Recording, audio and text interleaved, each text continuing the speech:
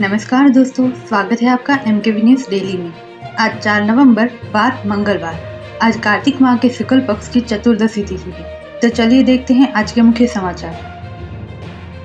भारतीय women's team रविवार को मुंबई में खेले गए वनडे वर्ल्ड कप के फाइनल में साउथ अफ्रीका को हराकर पहली बार वर्ल्ड चैंपियन बनी। इस जीत के बाद पूरा देश खुशी से झूम उठा। वहीं नरेंद्र मोदी से लेकर पूर्व खिलाड़ियों ने टीम को बधाई दी।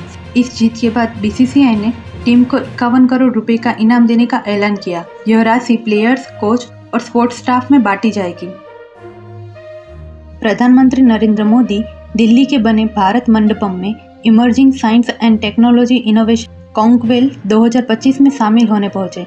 इस दौरान देश में रिसर्च एंड डेवलपमेंट इकोसिस्टम को बढ़ाने के लिए 1 लाख करोड़ रुपए की research development and innovation scheme fund launch किया। पीएम मोदी ने कहा कि भारत अब केवल टेक्नोलॉजी का कंज्यूमर नहीं रह गया है, वह टेक्नोलॉजी के जरिए ट्रांसफॉर्मेशन का पायोनियर बन गया है। दुनिया का सफल डिजिटल पब्लिक इंफ्रास्ट्रक्चर भारत के पास है। चुनाव में पहली बार लालू यादव की रैली। दानापुर जेल में बंद रीतलाल के लिए रोड शो किया। साहब बोले, महागठबंधन का सुपड़ा साफ होगा। सुप्रीम कोर्ट बोला, बीरेन सिंह के ऑडियो क्लिप के साथ छेड़छाड़ हुई, रिकॉर्डिंग साइंटिफिक टेस्ट के लायक नहीं। मणिपुर के पूर्व CM पर हिंसा भड़काने का आरोप।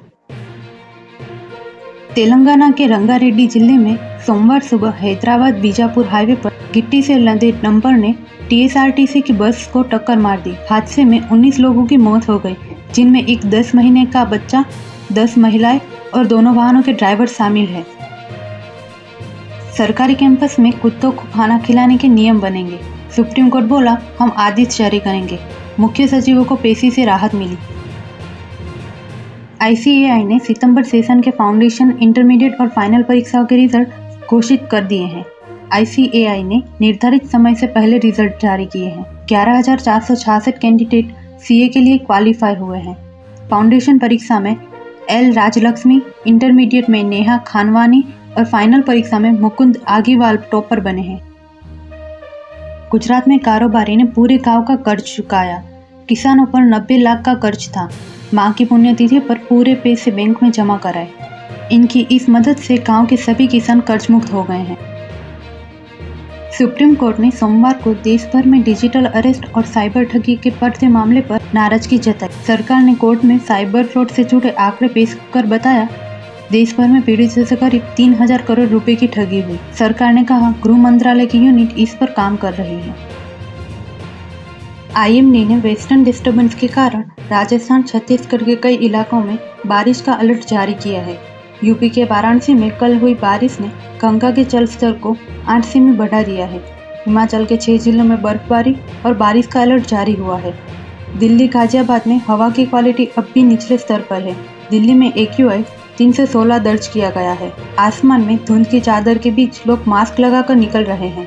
वहीं बिहार के दानापुर में भारी बारिश और तेज हवाओं ने फसलों को भारी नुकसान पहुंचाया है। 11 नवंबर को 2 सीटों पर होगा उपचुनाव। पार्टी में असंतोष और सहयोगी कांग्रेस की नाराजगी से उमर अब्दुल्ला की मुश्किलें बढ़ी। सिक्किम का याकतेन बना डिजिटल नोमैड गांव। घुमंतु लोग फ्री में बिजनेस सिखा रहे, खुद संगीत आर्ट सीखते हैं। विशेष सत्र में हो रही उत्तराखंड के भविष्य पर चर्चा। संसदीय मंत्री ने गिनाई उपलब्धियां। नेता प्रतिपक्ष बोले, डबल इंजन की सरकार में कर्ज में डूबा राज्य। राष्ट्रपति द्रौपदी मुर्मू पहुंची हल्द्वानी, पहली बार जाएंगी केची धाम। लोगों की एंट्री पर बैन, 1500 से ज्यादा जवान तैनात। ट्रंप बोले, पाकिस्तान परमाणु परीक्षण कर रहा, रूस, चीन और कोरिया में भी टेस्टिंग। हमारे पास से दुनिया को 150 बार उड़ाने लायक एटम बम।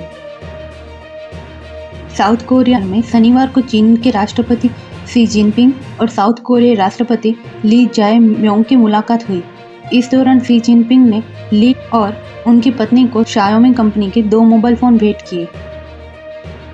ट्रंप की लोकप्रियता 1 साल में 18% गिरी, यह ओबामा बाइडेन से भी कम।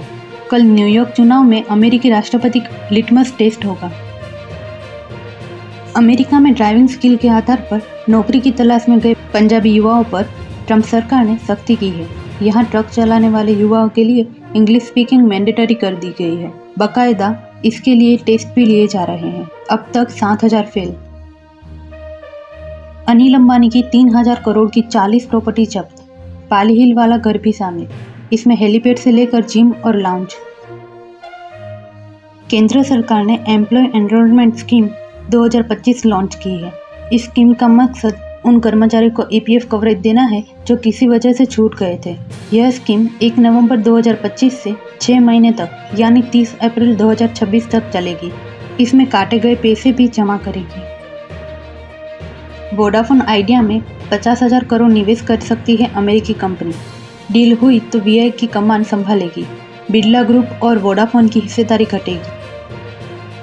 सेंसेक्स 39 अंक चढ़कर 83,978 पर बंद। निफ्टी 41 अंक की तेजी के साथ 25,763 पर आया। फार्मा और बैंकिंग सेक्टर में तेजी रही।